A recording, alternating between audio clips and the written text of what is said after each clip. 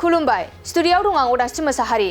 बे समाव रायजो नाङैनो मोनसे गोजोनथाव खौरां मैयानि समाव रायजो केबिनेटआ केन्सार बेरामनि सायाव मोनसे गिदिर थिरांथा लादों नोंथाङा केन्सार बेरामनि फाहामथायनि थाखाय आसामनि बायजोआव थांनांनाय नंला आसामाव रायजो सरकारा केन्सार बेरामनि फाहामथाय होनो थाखाय थांखि लादों